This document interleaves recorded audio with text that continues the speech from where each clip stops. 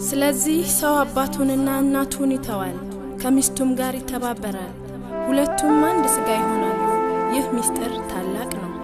እኔ ግን ይህን ስለ ክርስቶስና ስለ ቤተ ክርስቲያን እላለሁ ሆኖም ከእናንተ ደግሞ እያንዳንዱ የገዛ ሚስቱን እንዲህ እንደራሱ አድርጎ ይውደዳት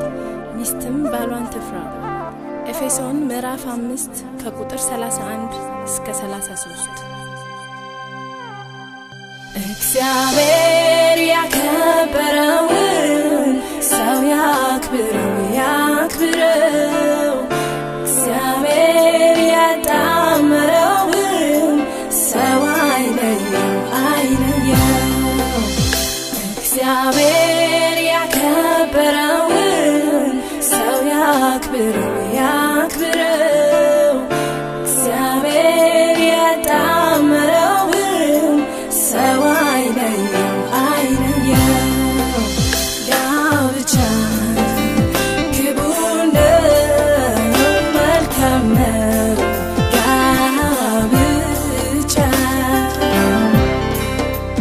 ጋብቻ ክቡር ነው መልካም ነው ጋብቻ ቤታችን በፍቅር ይምላ ይጠብቃችሁ በትንሽ ትልቁ ጠላት አይለያችሁ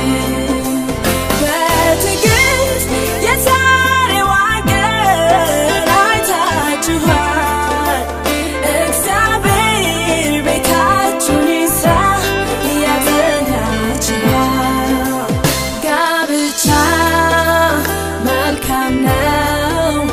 ክቡር ነው ጋብቻ መልካም ነው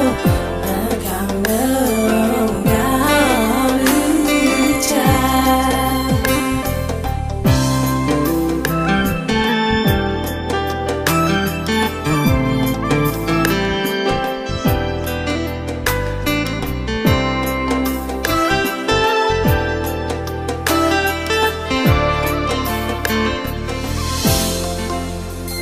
እዩት የቤቱን ድምቀት እግዚአብሔር የዋለበት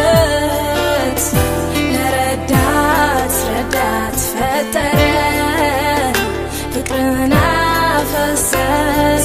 አፈሰሰበት ሸለቆን ተራራ ሁሉን ሜዳ ያረጋል እግዚአብሔር ያበጀው ትዳር በአንድ ይጸናል እግዚአብሔር ያከበረውን ሰው ያክብረው እግዚአብሔር ያጣመረውን ሰው አይለየው እግዚአብሔር ያከበረውን ሰው ያክብረው እግዚአብሔር ያጣመረውን ሰው አይለየው ጋብቻ ክቡር ነው መልካም ነው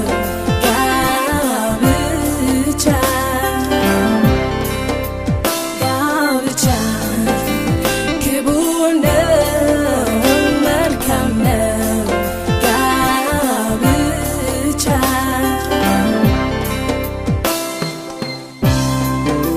እንኳን እግዚአብሔር ለወደዳትና ላከበራት ለዚች ቀን በሰላም አደረሳችሁ